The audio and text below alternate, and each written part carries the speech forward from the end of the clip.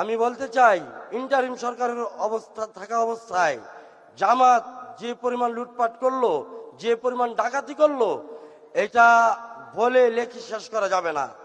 BNP কখনো তেল মারা শিখে নাই, তেল মারার রাজনীতি বিএনপি করে নাই। করুন আল্লাহ তাআলার নামে শুরু করিলাম। আমরা তো সবাই বিচার বিচার বিচার নিয়ে কথা বললাম, কিন্তু বিগত 17 বছরে যে নির্যাতিত এবং শহীদ প্রেসিডেন্ট জিয়াউর রহমান, তারপর আরাফাত রহমান কোকো ভাই, তারপর 111-এ তারেক রহমান, যে অত্যাচার যে নিপীড়ন সহ্য করছে, তার মুখ থেকে একবারও শুনি নাই যে আওয়ামী লীগের বিচার করবে। কয়েকদিন আগেও বলল কি, যেটা অতীত হয়ে গেছে সেটা নিয়ে করলে কি আমি আর ফেরত পাবো? আল্লাহ তাআলা তার কোন মাটিতে বানাইছে? এই জন্যই সারা বিশ্বের মানুষ বলে আপসীর নেত্রী বেগম খালেদা জিয়া।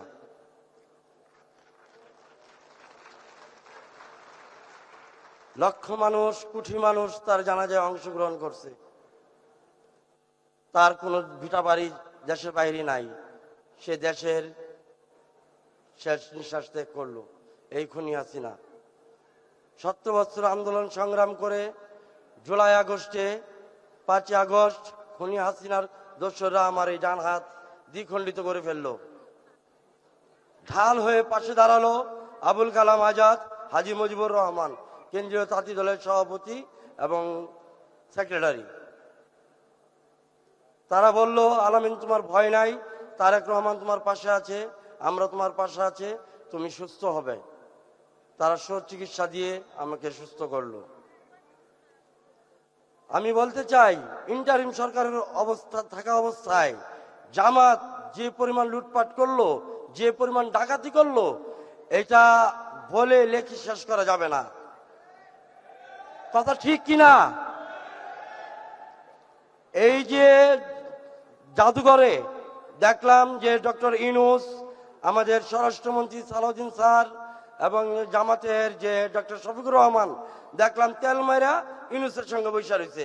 আর সালাউদ্দিন ভাই বিএনপি কখনো তেল মারা শিখে নাই, তেল মারার রাজনীতি বিএনপি করে নাই, এটা এই পূর্বের ইতিহাসই আছে। সালাউদ্দিন ভাই দেখলাম পিছনে বসা। আজকে আল্লাহ তাআলা তার স্থান তাকে ঠিকই দিচ্ছে। শফিকুর রহমান সেই ইতিহাস 1971-এর ইতিহাস যদি বলতে যাই, তাহলে সেই রাজাকারের ভূমিকায় জামাত ছিল, এখনো তারা সেই ভূমিকাতেই আছে। তারা জুলাইকে ধারণ করে না, তারা জুলাইকে বিক্রি করে।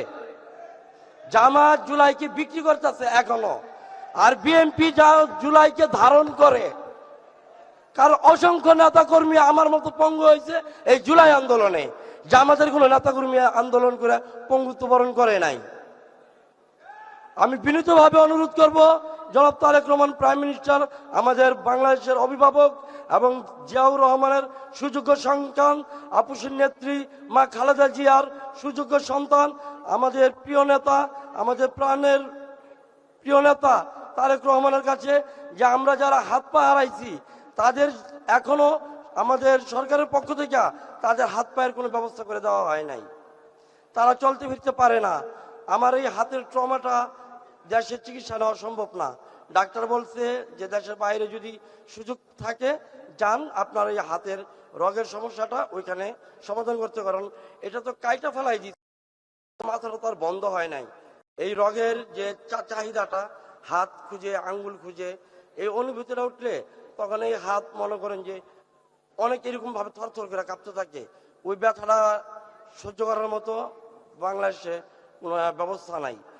আমি আমাদের অভিভাবক এবং বাংলাদেশের অভিভাবক, 18 কোটি মানুষের অভিভাবক, যাকে বিজয়ী করছে বিপুল ভোটে, দেখেন বিএনপিকে ভালোবেসে কি পরিমাণ মানুষ আন্দোলন সংগ্রাম করে।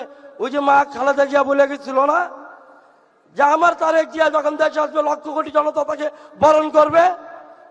মার কথা মিথ্যা হয় না, ভবিষ্যৎবাণী বলতে পারে, এটা হলো বাস্তব প্রমাণ। আমাদের বয়স তো অল্প। মা খালেদা জিয়া যখন ময়মনসিংহ গেছে সমাবেশ করতে, তখন আমরা ওই সমাবেশে অংশগ্রহণ করি 2006-এ। তখন স্লোগান ছিল একটাই ময়মনসিংহের, ডাক দিয়েছে লিটন ভাই, ঘরে থাকার সময় নাই। ওই স্থান থেকে আমার রাজনীতি শুরু। তো ধন্যবাদ, অনেক সময় নিয়ে নিয়েছি। আমি চাই আমাদের পুনর্বাসন এবং হাত পায়ের যাতে prime minister Tarek Rahman sir যাতে আমাদের ব্যবস্থা করা যায় অতি শীঘ্রই, এটা আহ্বান রাখছি। আসসালামু আলাইকুম।